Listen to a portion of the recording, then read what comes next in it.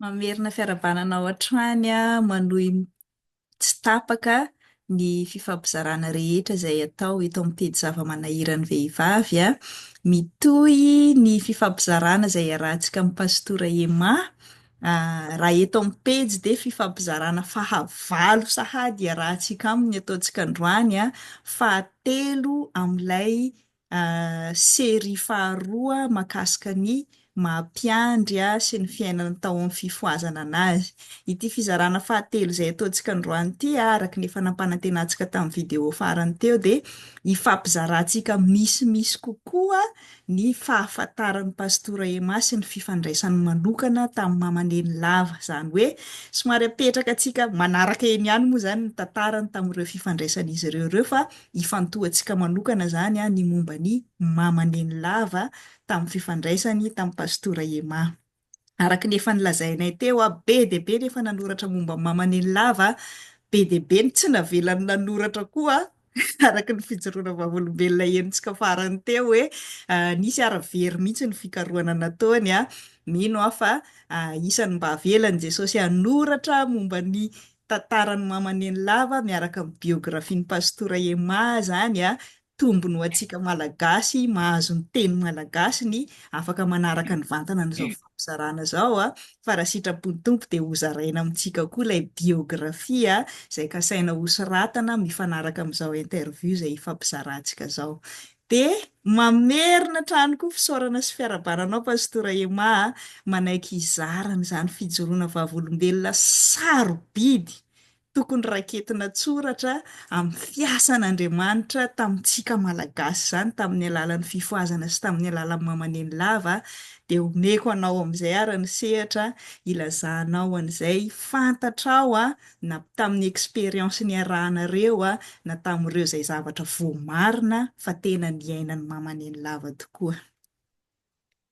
Misaotra indrindra Rona Mami. Mhm. Eto vao mahatadidy izany fa tena misy tokoa ny zavatra niseho izay tiako zaraina mikasika ny mamaneny lava izany tamin'ny nipetrahako tao Antananarivo izany izao.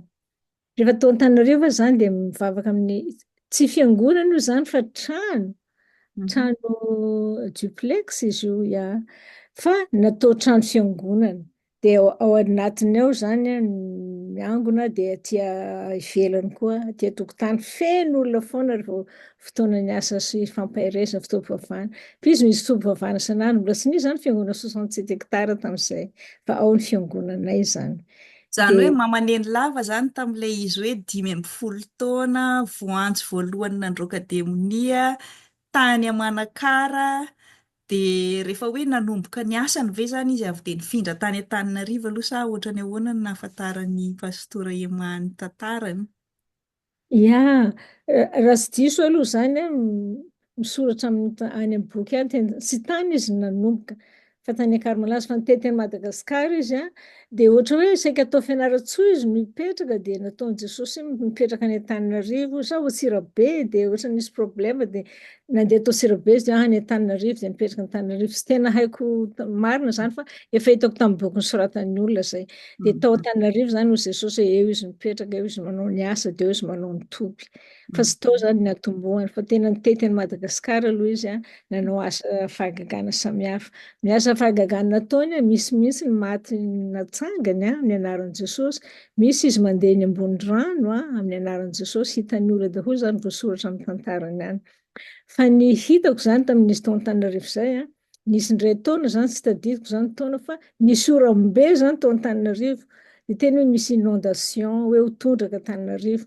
Dia tamin'izay tonga dia nantsoina daholo hoe andao sa miverina mitoby daholo, dia nandeha niverina tany mitoby dia mama nanao hafatra hoe tsika rehetra mifady hanina sy mivavaka mba tsy ho vaky ny inona ny koba moa? Inona moa Mm. le Le fefy femme.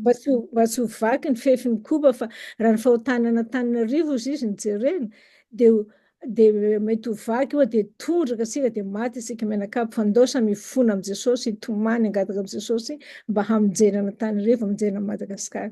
Tadidiko tamin'izay fotoana izay tsy nody tany amin'ny appartement nisy anazy fa dia anisan'ny zahay rehetra tanora tanora ny mpiangona tao zany, nandohalika tao daholo, nitomany, mivavaka nandritry ny alina, mandritra ny fotoanan'ny inondation orambe io zany a, mba tsy hirodana le fefin'ny kopa. Dia nahazo valim-bavaka zany fa tsy nirodana ny fefin'ny kopa dia tsy Tany nitondra amin'ny taona firy tany zay raha tadidiny koa? tadidiko rehefa azo jerena satria za tany Antananarivo zany a nanomboka tany taona 1976 ka hatramin'ny 1979. Zay Mm. no natao tanatin'izay fotoana izay zay. Mhm. Dia ny zavatra nisy koa tafaran'izay koa tadidiko tsara. Za manko rehefa tonga any dia miaraka mipetraka amin'ny olona mandeha aminay eny ao zany dia mba mipetraka ao mihaino ao satria azo andehana misy koa reny ray aman-dreny mpiandry tia ianara eny dia miaraka andao tsika any aminay eny dia mandeha ao dia mipetraka dia mihaino resaka an zareo ao. Dia tamin'izay koa zany nisy olona tadidiko tsara izy, tadidiko ny anarany fa tsy ho teneniko fa izy efa tsy velona intsony amin'izao fotoana izao.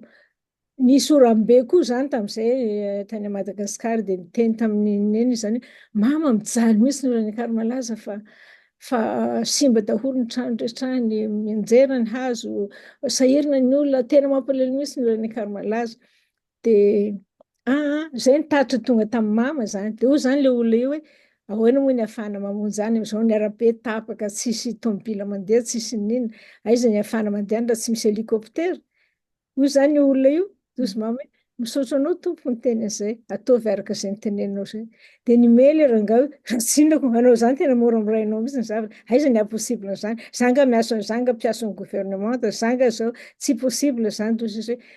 Anao tompoko ny teny an'izay dia hoento amin'i Jesosy izay fizy hanatanteraka anazy. Dia gaga ilay rangahy, kay teneny lavanareo ty izy zavatra olona mamoromporona zavatra fotsiny. Izy tonga ao zany mba tia fantatra koa dia ay ve olona ohatran'izany teneny lava ty, olona zavatra miniminy fotsiny, zavatra impossible ohatran'izany. Zay kay ny anaranareo anazy io, nareo tena mampalahelo mihitsy miniminy an'io neny lava io. Manao toerana izay lehilahy zay tamin'izay fotoana izay. Dia rehefa lasa nody izy dina ny zavatra niseho izy ianao. Nisy olona amin'ny gouvernement zany niantso anazy.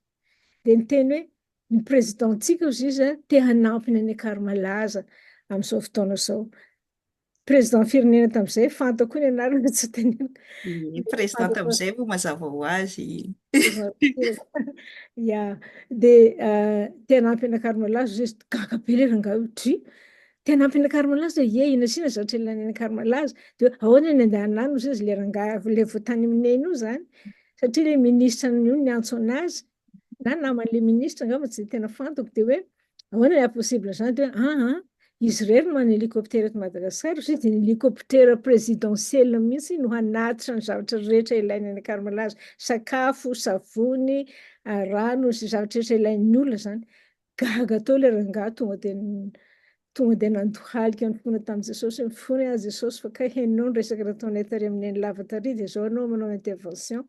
Dia ilay rangahy io zany no nalefa ny neny hoe solon-tena niaraka tamin'ilay ekipan'ny présidentiel zany, nitondra ny zavatra rehetra ilain'ny olona tany Ankarimalaza. Tonga tany tompony hélicoptère présidentiel tamin'izay fotoana izay. Taona saika nahavaky ny fefin'ny kopa io. Ilay saika nahavaky ny fefin'ny kopa, ia. Dia nanatitra ny cyclone be tamin'izay dia nanatitra ny zavatra rehetra ilain'ny olona tany dia faly ny olona tany hoe hélicoptère président tonga tao an-tendrombohitra teo Ankarimalaza ilay ery ambony ery eo, ino moa filazana azy hoe ilay ery ambony zany dia tonga teo mihitsy. Fivavahana ry. Ia, dia faly be ny olona. Dia ny olona iny izay nandeha tany niaraka tamin'ny ekipa présidentielle iny, nibebaka tany amin'ny mama rehefa avy eo nandohalika ny tomany hoe mifona za tompoko fa niheveriko hoe olona tsinotsinona anao fa olona be dream fotsiny ka ianao tena olona manana firaisana amin'i Jesosy. Dia teo nampibebaka an'izay olona izay. Dia izay olona izay tsy nanan-janaka zany izy mivady. Dia nitenenany eny hoe herintaona izao na firy taona izao hanan-janaka nareo. Dia tsy nino koa izy zany fa hoe aiza koa nefa firy taona vadiana izay nesy hanan-janaka koa hanan-janaka tampoka teo. Fa dia nanan-janaka ry zareo. Tena hoe izay zavatra teneniny eny zany tanteraka foana. Na misy ny olona tsy mino zany dia tanteraka ilay izy. Misy indray ny olona angamba aloha ny vady mety nino, angamba tsy fantako fa mety nino ny vady satria ny vehivavy moa no be voka. Fa ilay rangahy zay tena tsy nino mihitsy be da be ny zavatra tsy ninony fa dia nipolifon'i Jesosy taminy hoe ineny lava io olon'Andriamanitra io miaraka amin'ny Jesosy io izay teneniny dia marina daholo, tanteraka daholo. Dia Afaka tadidiko koa idirantsika amin'izay. Eny toy izany ary toy izy toy. tadidiko koa izany nisy mpiara-miasa taminazy tao mpianatra medicine, za moa nanao medicine tany dia izy io zany teny hoe za mama te hianatra pastora. Iaho tsy te hanao medicine fa za te hianatra pastora.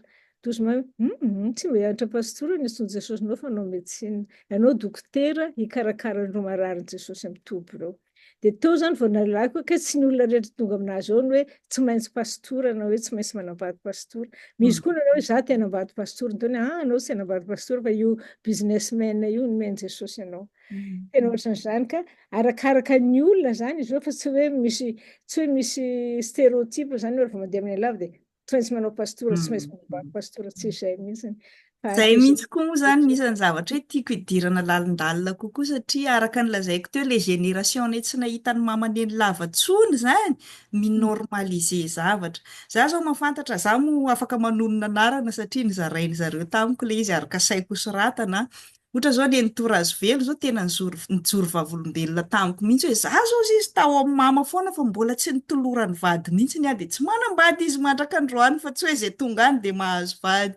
Dia nisy yeah. koa vehivavy anankiray vadina pastora tany aminay tany Mahajanga tany nijoro vavolombelona tamiko koa izy hoe nitolora amin'ny mama vady izy. Dia tsy nanaiky ilay lehilahy tamin'izay fotoana izay. Dia gaga be zany izy hoe dia mamaneny lava tsy mba nanao forcé mihitsiny zany izy hoe io dia tsy maintsy io. Fa tsy nanaiko ny lehilahy dia rehefa avy eo amin'izay taty aoriana izy nitolorany mamaneny lavan'ilay vadiny amin'izao amin'izay ilay pastora any aminay zany. Izy tena mihitsy moa nijoro vavolombelona tamiko tamin'io dia hozy izy hoe tsy mino an'izany za hozy izy hoe efa ino ve nomeny Jesosy dia rehefa tsy nanaiky ve izy dia nomeny Jesosy hafa indray ty efa fikafika amin'ny mama ty hozy izy fa za tsy mino an'ity intsony. Dia tena nandalo misy zavatra ohatran'izany zany niseho teo amin'ny tantaran'ny mamaneny lava sy ny fifandraisany tamin'olona mivantana. Tsy fantatra anay aty afara fa dia manao boribory bontolo fotsiny izay hoe efa ino ozy Jesosy dia izay mandeha nono dia tsy maintsy mahazo vady dia tsy mahazo misaraka mihitsy nono na ahoana dia misy zavatra ohatran'izay ka izay ny tena mahaliana anahy kokoa zany hanadiady anao manokana hoe ohatrany ahoana indray ny expérience-nao manokana niaraka tamin'ny mamaneny lava. Efa nisy natsiditsidika anao ihany fa raha afaka tena rahantsika ara-potoana mihitsy ny hoe nakany ianao aloha tsy afaka fanadinana dia avy eo niverina tany ianao ilay nasainy natory tany mba tantaraho anay daholo mihitsy ilay fifandraisanao tamin'ny mamaneny lava raha mba azo atao. Ia, ny amin'ny resaka fanambadiana mazary mikasika anany izay fa ho teneniko zany ny teneny tamin'izay. Dia Mhm. za zany tonga tao dia niteneny hoe za zany aloha hoe za tsy manambady. Azonao? Satria izao no teneniko hoe raha zany nareo manambady io izy raha zany izao ny ataoko rehefa tonga otrany ny vadiko dia esoriko ny bakirarony dia sasako ny tongony tondrako rano avy amin'ny koveta dia manasa ny tongony dia faoko tsara ny tongony dia ohatry nataon'i Jesosy ny mpianany dia sasako ny bakirarony. Izy miteny izany lazaiko anao, lopoko manao tsy manambady ara zany atao. Ka tena nompo lehilahy ohatran'izany, tsy mba tiako izany. Nahoana tsy maintsy izy ny sasana tongotra. Izay zany ny ao an-tsaiko ao, izy miteny eo io, ka anay mipetraka io hitany daholo ny zavatra eritreretina eo, fantany daholo. Dia izay nataony hoe ema anao anambady. Dia izay nataoko hoe izay sitrapon'i Jesosy neny. Hitanao anao tsara milatsio izay sitrapon'i Jesosy nefa ny boky manao hoe ia tsy hanao an'izany. Dia izay nataony hoe hitan'i Jesosy anie ny fonao eo. Dia izay no ataony. Dia tena tonga dia nitomany aho dia hoe io ankizy miara-mianatra aminareo izy izy mitovy ny anaranareo, io no vadinao hozy Jesosy. Vao teraka anareo izy dia efa nomeny Jesosy anarana mitovy. Iza moa ny anaranao? Anontaniany koa ny anarako. Toy izao hoe Rasoarivonjy ny anarako neny. Ia, Rasoarivonjy ny anaranao. Ary ny anarany, olona niara-nianatra aminareo io, Ravoavonjy ny anarany. Efa nataon'i Jesosy hatramin'ny kibonareo izy fa hivady. Ka tsy hisy vady ho azy intsony eto ambony tany fa tsy ianao, ary tsy hisy vady ho anao koa eto ambony tany fa tsy izy. Toy izao boko aho tsy manambady indrindra koa izy tsy Betsileo, aho mihevitra hoe tokony samy Betsileo no mivady zany mba mitovy ino moa zany toe-tsaina sy fomba kolontsaina zany. Dia ny eo am-po koa zany manao asa novatanio, tsy novatanio tena zay ma ino novadinao Jesosy, tompo mama misaotra tompo.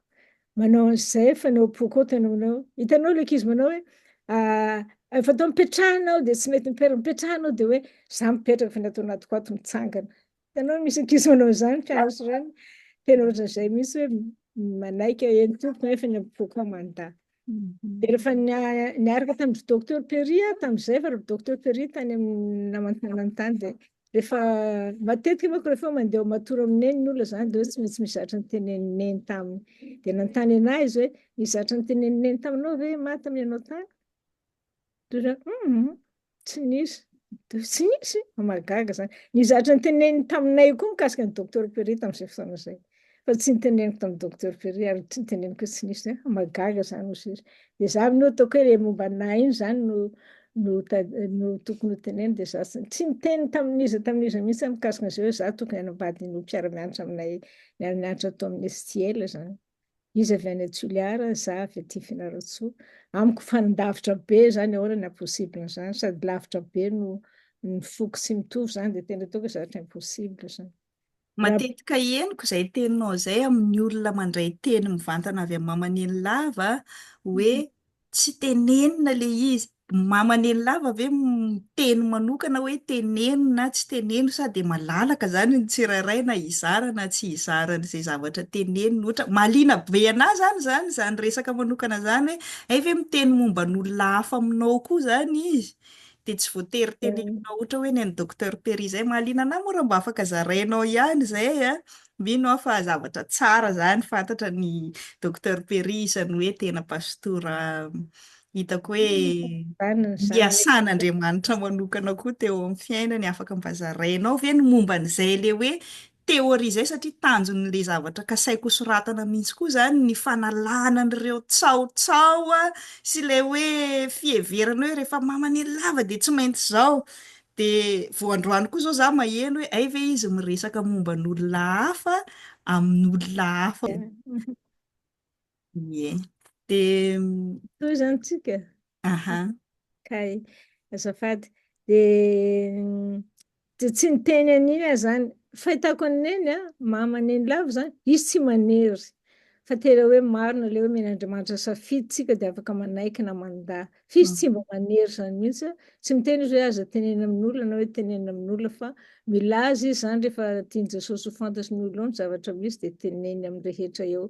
Ary izy tsy ino moa zany tsy manao hoe ranona irery no haino an'izao. Rehefa misy fotoana iarahana mafeny ny olona foana izay tonga ao zany, tsy ny olona rehetra fa izay tsy haiko ireo olona ireo na olona nasainy tonga ao, na olona manao hoe za tonga any, fa iaho zany mba misy mitondra dia mandeha any aho ohatran'izay. Dia izay ny andrenesako an'izay na ilay resaka inondation-ny Antananarivo na ilay resaka tany Akarmalaza, cyclone tany Akarmalaza, ny témoignage-n'ilay olona iny talohan'ny andehanana sy na rehefa niverina dia teo daholo aho naheno anazy dia nanatitra maso. Za koa ara teo naheno nisy olona nitendreno lazainy hoe ianao président république ho sisa. Niteneniny teo izay olona izay, za teo naheno an'izay koa. Tao aminy tao ilay olona tao tamin'izay fotoana izay koa. Dia tonga président république toa taty aoriana, izay olona izay tsy teneniko ny anarany.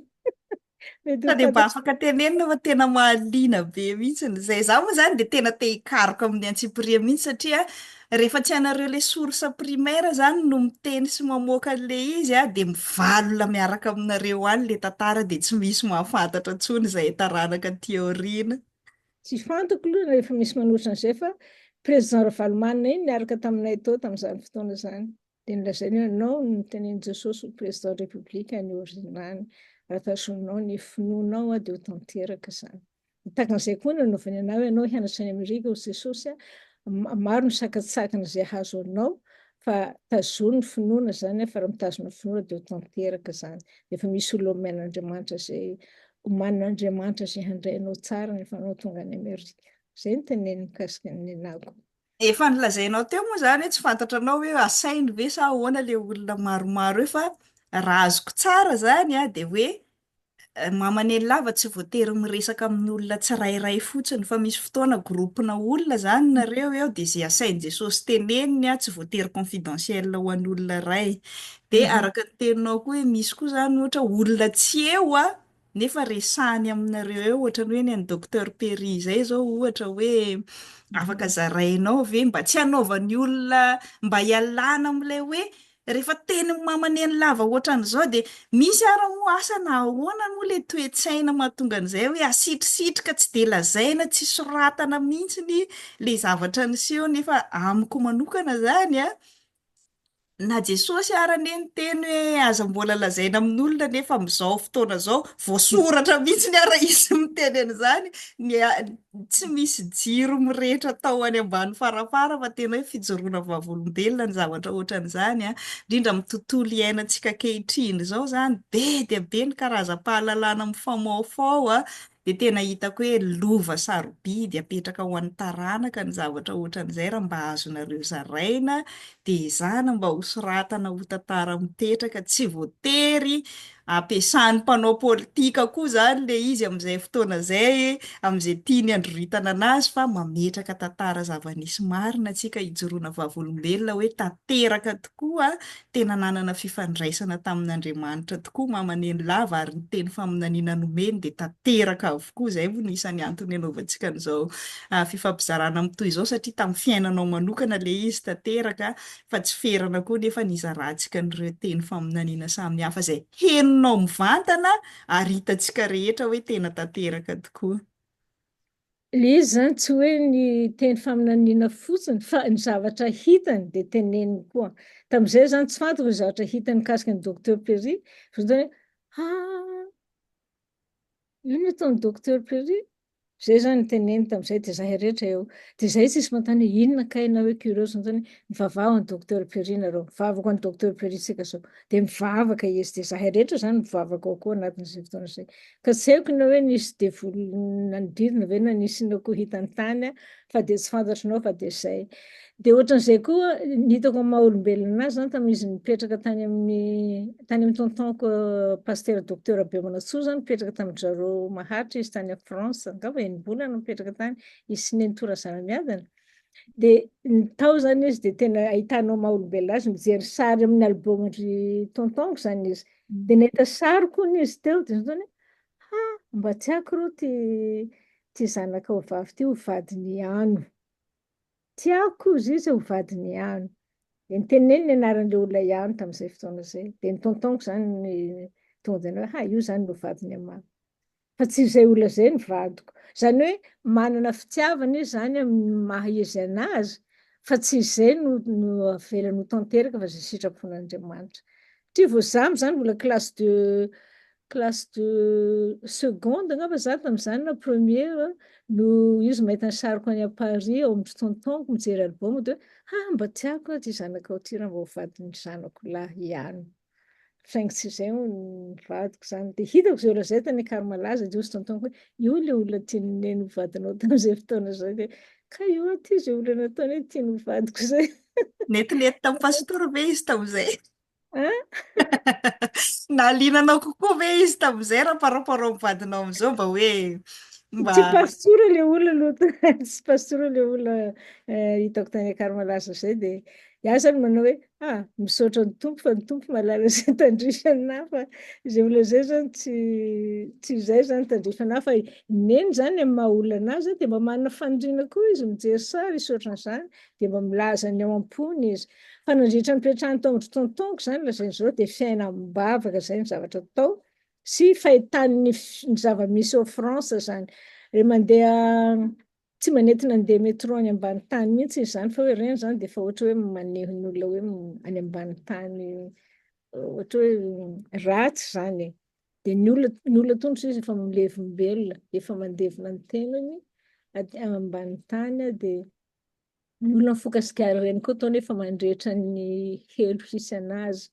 Izany ny teneniko amin'ireny. Dia izy tsy mijery télé mihitsy izy tamin'isy tany zareo tany zany dia raha ohatra mandeha eny amin'ny arabe mandeha zareo ka mahita advertisement ratsy ireny zany dia tonga dia tena hoe miasa izy mivavaka ohatran'izany fa tsy manao ohatrantsika. Na moa ny ataoko dia manampina maso fotsiny fa ny azy zany dia tena hoe misy action mihitsy hoe mametraka an'ino amin'i Jesosy, toerana inona, ny olana nanao n'inona tsy fantatrao izay efa avy any mihitsy fa dia tena mivavaka foana ny azy. Dia tany zany nisy olona saika nanao doctorat moa ry tontonko nipetraka tany dia nisy olona tompon-tany zany vazaha zany tsy tia ny tezy doctorant satria ny teziny miresaka mikasika ny 1947 any Madagasikara zany hoe nataon'ny vazaha nampahatonga ny 1947 iny dia sy nataon'ny malagasy nandresy hoe inona moa le VVS vivato sakelika sy le inona moa le gasy MDRM, Mouvement IAM. démocratique. Dia tsy tiany zareo tany zany io teziny io dia nisy olona saika atao hoe saika namono an zareo zany satria ny gaz rehetra ny ambaro zany ny basement misy ny gaz rehefa ny trano tany France dia nisy nanoratra ny gaz ny zareo dia tena maimbo be mihitsy ny trano ka raha nisy olona Madagasikara atao ohatra hoe nandrehitra fotsiny na nandrehitra fatana tonga dia nirota may ny trano manontolo dia may tao zareo fa nifoazin'Andriamanitra zareo amin'ny alina iny hoe misy zavatra zao dia misy fofona gaz zany dia nandeha maizina nandeha any ambany dia nifonoana daholo ny gaz rehetra dia nisokafana varavarankely sy ny varavarana ivoahan'ny fofona rehetrarehetra ohatran'izay nasefy tamin'izareo dia fantatry ny lava tsara ny olona nanao an'izay tamin'izareo dia olo io mananjanaka marary ohatra hoe handicap tsy haiko na autiste na inona zany fa marary zany dia izy nefa inona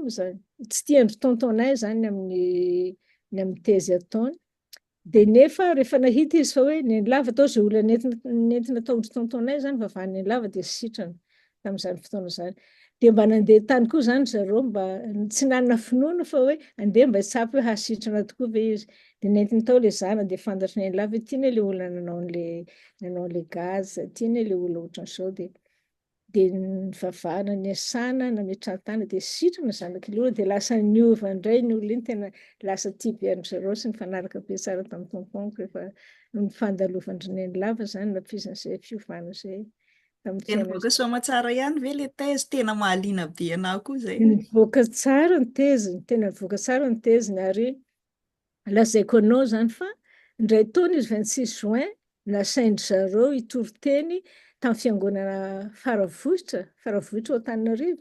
Ilay tontonko zany nasaindreo hitory-teny dia io teziny io no niresahany tao satria non 1947 26 juin fa ny teny mikasika 1947 izy niadina hatreny Malagasy dia ozy ny olona manam-pahefana tao Madagasikara tamin'izay fotoana izay rehefa vita ny tory-teny rehefa raha azo nataony raha mbola teo velona ianao aza averina intsony ny tory-teninao iny. Izay nataondreo anazy satria tena mahery mihitsy ny manan-danja le tory-teny zany amin'ny kritike zareo nanjanaka antsika tamin'izay fotoana izay.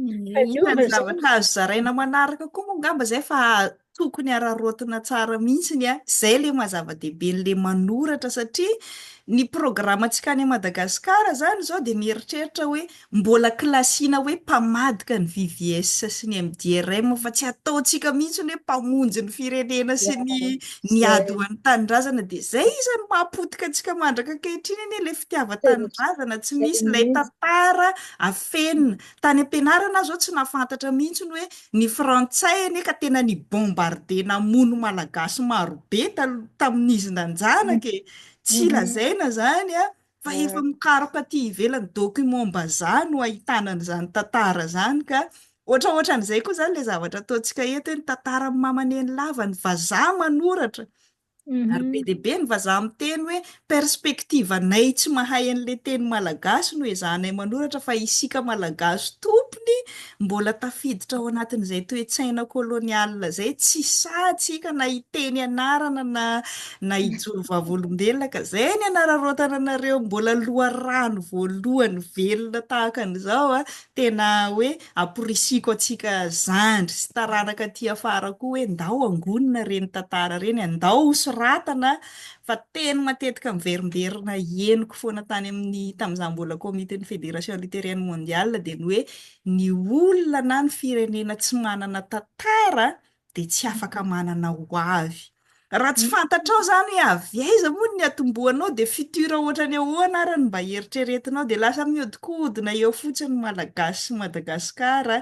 Nefa raha zany tantaran'ny fifoazana zany dia tena naneho tamin'ny fomba mahery mihitsy ny hoe tsy voazanaka n'ilay kristianisma nentin'ny Eoropeana anie ny kristianisma tonga tany Madagasikara fa tena nipoitra zany ilay kristianina mifanaraka tsara amin'ny toe-tsaina sy ny zava-misy iainan'ny Malagasy dia io fifoazana resahantsika io. Mbola Mhm. manana 10 minitra antsika. Atokantsika momba ny fifandraisanao tamin'ny mamaneny lava mihitsy ity video anankiray manokana ity mialohan'ny hidirantsika amin'ny fizarana manaraka izay tena hizaranao amin'izay hoe nanahoana amin'izay ara ilay fiainana mampiandry anao. Dia tiako ho lazaina zany hoe fantatrao ve ny antony ny namoronana ny fiangonana Faravohitra? Na ilay fiangonana Faravohitra ara tô mbola tsy hitako mihitsy. Zay zao tantara tokony ho fantatsika hoe fantatsika zany nisy ny martiora malagasy, nisy ny Rasalama, le fiangonana Ilay sy ny namany. fiangonana Rasalama moa ilay any Ya. Faravohitra Mhm. Ka rehefa hen'ny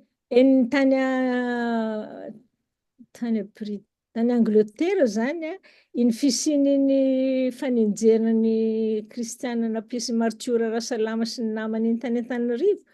Dia ny mpianatra sekoly-lahady tany tamin'ny fiangonana tany zany no nanangom-bolo andaotsika hanao fiangonana any amin'ny Faravohitra amin'ny toerana izay namarinan'ny Rasalama zany. Dia volan'ny sekoly-lahady avy any Grande-Bretagne, avy any tany Anglisy zany no nanorenany zareo ny fiangonana io mba ho fahatsiarovana ny Rasalama sy ny martiora izay navarina teo tamin'izay fotoana izay. Fa fiangonana FJKM ilay Rasalama martiora e? Ya, fiangonana Mhm. FJKM ilay izy. Mhm. Hitako FJKM. kay mo fantako ilay fiangonana fa ilay izy hoe Faravohitra no tsy mikôlina tato amin'ny saiko tato ilay toerana. Iaho koa aloha vao tsy nahita fa izay ny andrenesako anazy. Ka Mhm. iaho fiangonana FJKM, ka FJKM mihitsy ilay olona nanasan'ny tontonko hiteny tamin'ny 26 juin, amin'ny Mhm. fitaovana iraisam-pinoana zany tamin'izay fotoana izay. Io koa moa zany tsy ferana fa mifandray amin'ilay ataoko hoe conviction théologique an'ilay dénomination. Ny FJKM mifandray tsara amin'ny réformé sy ny presbyteriana hatrany amin'ny andron'ny Calvin zany dia tena miditra lalina amin'ny raharaha sosialy sy politika tokoa izy. Hitantsika malaza be amin'izao taom-baovao izao ny toriteny nataon'ny filohan'ny FJKM ilay krismasy ny Herôda iny fa isika Mhm. FLM indrindra fiangonana loterana malagasy zany manao interprétation le hoe fanjakana roa, Mm. interprétation loteran'le fanjakana roa dia tsy te hiditra mihitsy amin'ny fiainam-pirenena sy ny fiainana sosialy Mhm.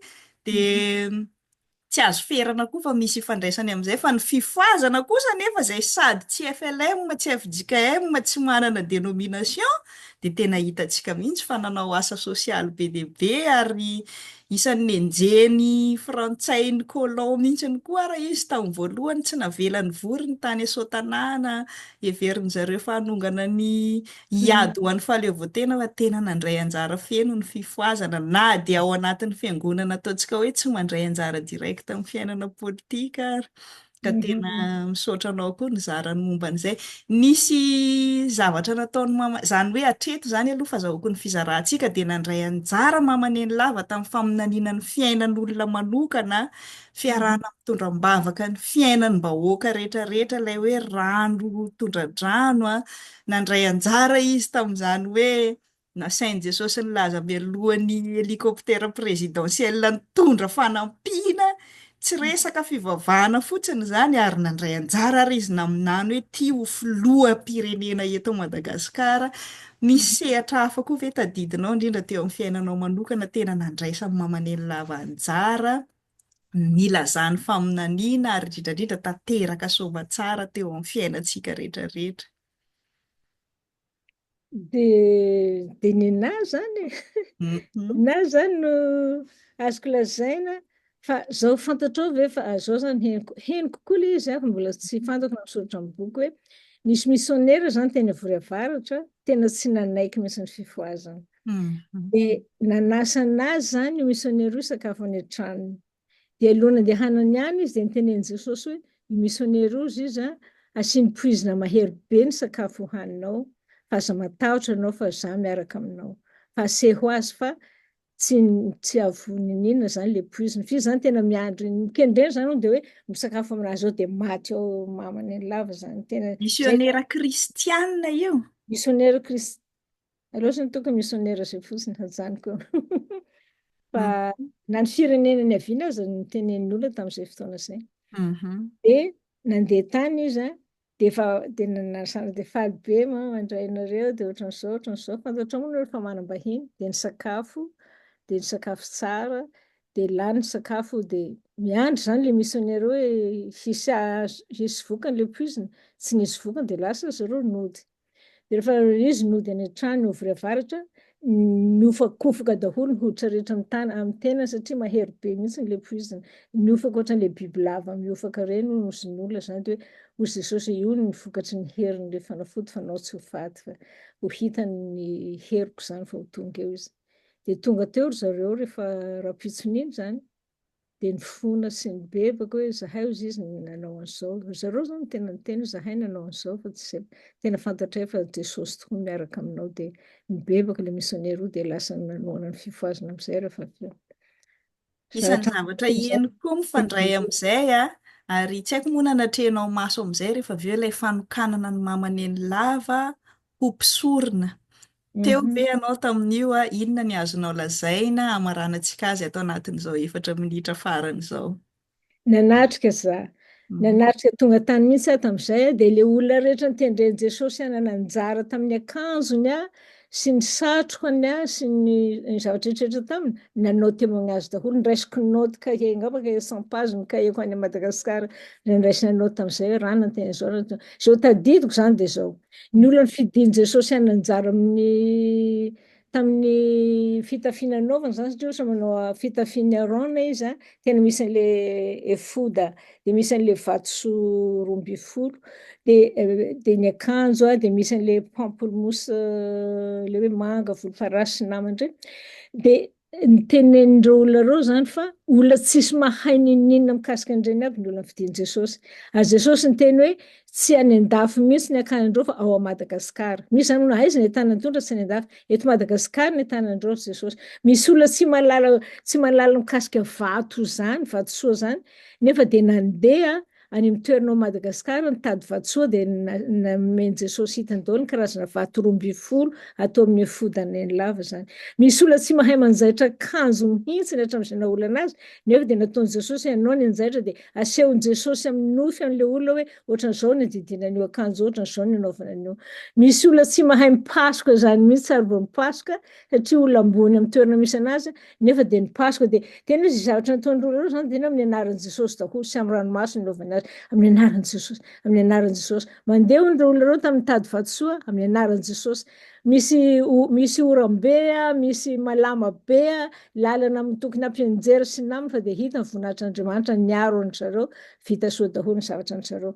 Misy fera tokony hoe hahamay lamba zany dia mahagaga fa tsy may ilay lamba satria ilay lamba zany tsy tokony nipasoana tamin'ny fera io nefa dia mahagaga tena anaovan'i Jesosy fahagagana. Resy lahatra daholo zareo voasoratra en détail aby ny zavatra nisy tamin'izay fa tsy etỳ aminazy zany.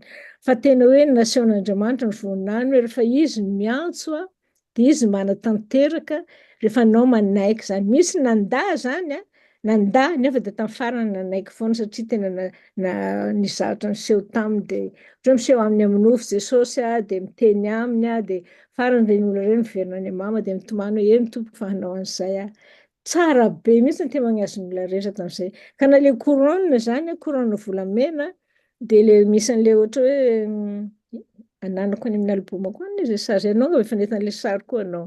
Ohatra hoe ilay vavahady 12 sy ny namany dia ilay apanga zany ohatra Madagasikara irery misy apanga dia sarina apanga natao tamin'ilay izy témoignage be dia be mihitsy nataon'ny olona fa dia resy lahatra ny hoe tena avy amin'Andriamanitra. Za zany tsy nino mihitsy nandeha tany hoe aiza koa no nanaovana mpaminany na mpisorona zany. Eny mpisorona tokoa, tsisy mpisorona intsony zao efa Jesosy efa tonga tsy azo ny fisorohana intsony zao.